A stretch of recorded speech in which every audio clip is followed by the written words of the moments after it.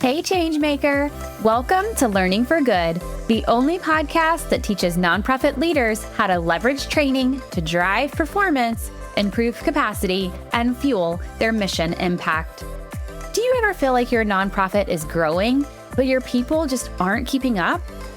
Or like you're fixing the same problems over and over? Do you wonder how to build confident, capable staff who know how to lead, not just execute?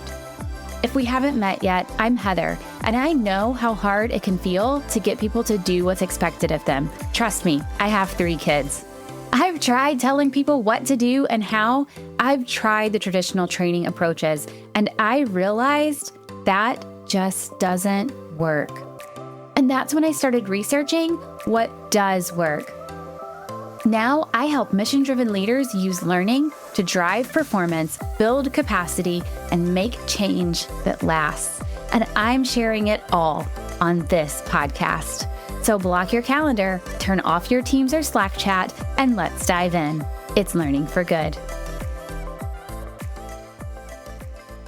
When you buy certain things, you know you want them to last, right? They're meant to last. Whereas other things are not meant to last. So things like trash bags, you use them, they go in the garbage. Laundry detergent, food, right? These are things that are consumable and that you use them. They provide what you need in the moment and then they're gone. But there are other things that when you buy them, you know you want them to last, right? A car. Not going to last forever, but you know you need it to last for a period of time. You need it to be reliable. A home, a keepsake, right? There are things that we buy with the intention of them lasting. When my husband and I were shopping for furniture years ago, we decided we wanted to buy a nice dining room table, something that would last, in theory, forever, right? We spent a lot of time shopping for it, finding the perfect table, and we paid a lot for it. At the same time, we had a young, growing family, and tables get a lot of use. We knew that a table would get spilled on, colored on, scratched up, right? Damaged. And so we bought a cheaper kitchen table for our daily use. Some things are meant to last. And some things can serve their purpose and move on. When it comes to training, the training itself doesn't last. It is not meant to be mindless. But the learning that people take with them, that can last. So how do we do it? How do we make learning last? That's what I want us to explore today.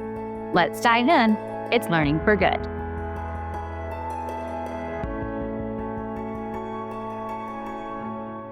How do we make learning last?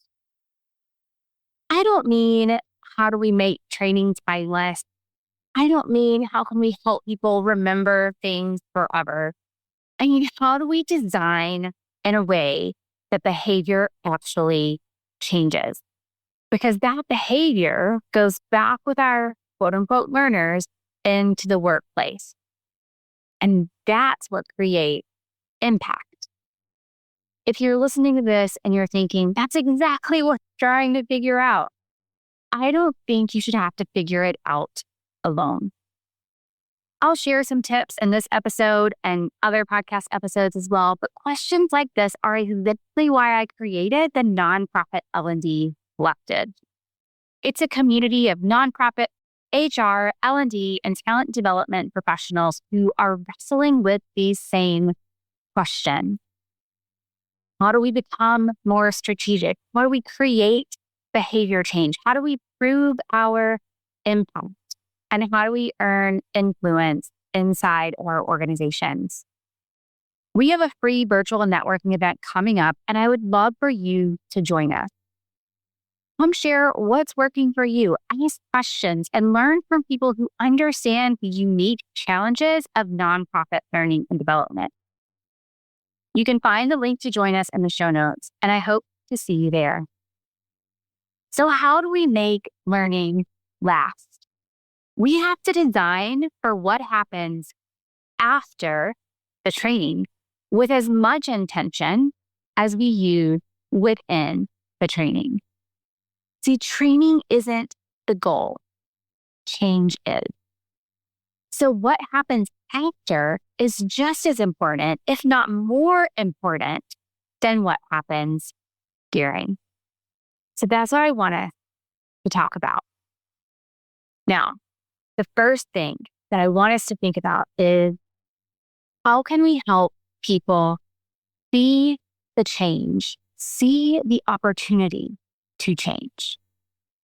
So, have you ever driven home from work and realized like you don't actually remember the drive, right? You don't remember stopping at that stop sign you always stop at, or turning on that street you always turn on, passing that house you always pass. You weren't unconscious, right? But your brain was running on autopilot. And that's exactly how work happens too. So people aren't thinking, what did I learn and not training last Tuesday?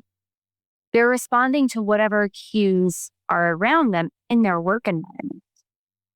And if those cues are prompting the old behavior, they'll perform the old behavior.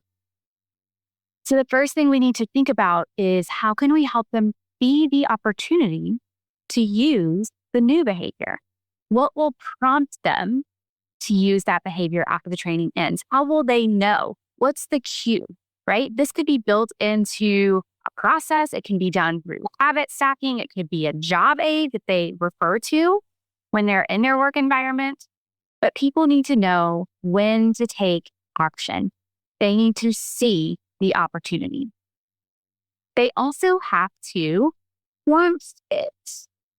So I shared on a recent episode how I stopped doing box jumps at CrossFit for a period of time. And it wasn't until I understood why box jumps mattered that I stopped seeing them as just box jumps and started seeing them as a way to train power for other movements. So learning why they mattered changed the way I viewed them.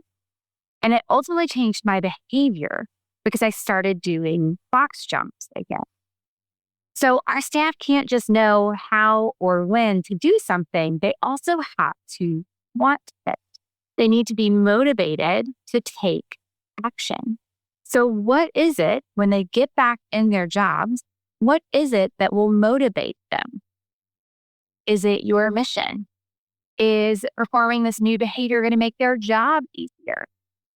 Will it help your organization stay funded? Will you reach more people?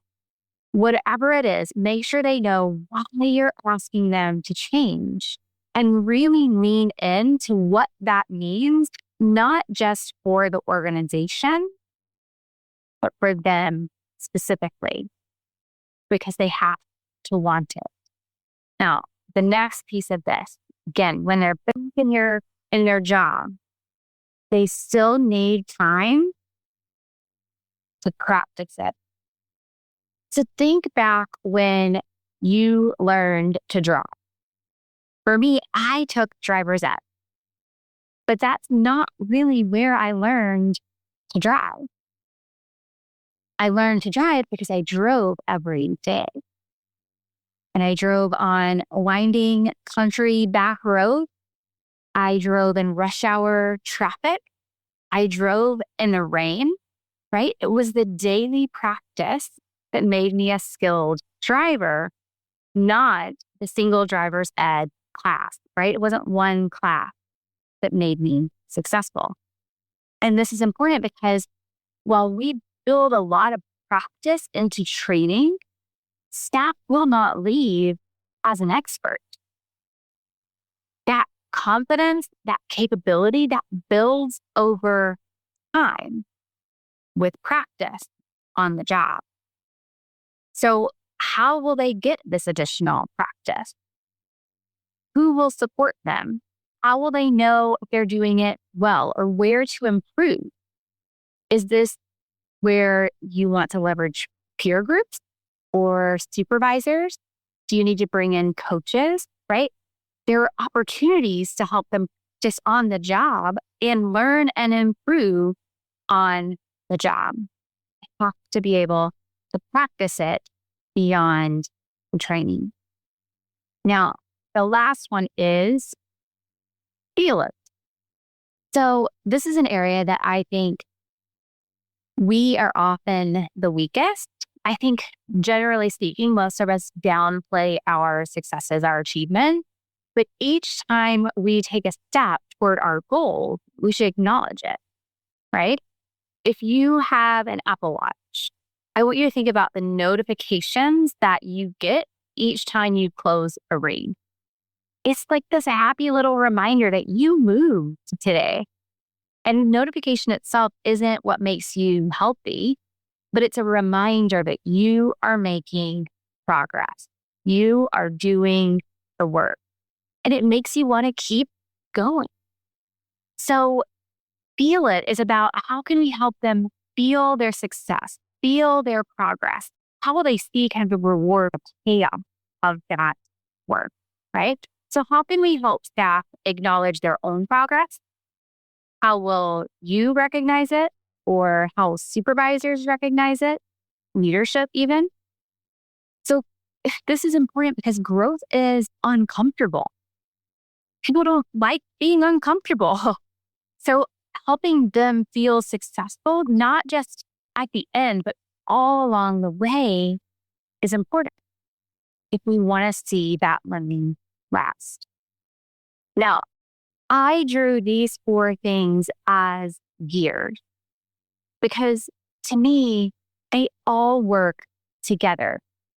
If you think about how a bicycle works, the gears are what make it move, right? Each gear moves the next. And when they are all in place and aligned, everything just keeps turning. But when one is removed, they no longer work. There's no longer that forward momentum. And that's exactly how behavior change works, right? The prompt creates the motivation, creates the practice, creates the success, creates the motivation, right? Like these all work together. Everything keeps turning. But remove one gear, what happens? Everything stops. We need all 4 gears in place if we want to create lasting change. And this is important because we aren't just creating events. We aren't just creating workshops. We are creating change. So the question isn't, did I create this training? Did people attend it? Did they like it? The question is, will they use it tomorrow morning? Will they use it next week? Will they use it a month from now or next year? And to do that, they need to be able to see and recognize the opportunity to use the new behavior. They need to want to act on it. They need enough practice to feel confident and capable, and they need to feel like they are successful. This is how learning lasts. I'll see you next time on Learning for Good. Hey friend, was this episode helpful for you? Did you like what you heard? Do you want more content like this? Here are 3 things you can do. Hit subscribe. Leave a review on Apple Podcasts for your podcast app of choice. Share this episode with a colleague. This means so much to me personally. I read every review, but it also helps me learn what content you like most so I can create more of what you want. All right, turn that Teams or Slack chat back on when you're ready, and I'll see you next time on Learning for Good.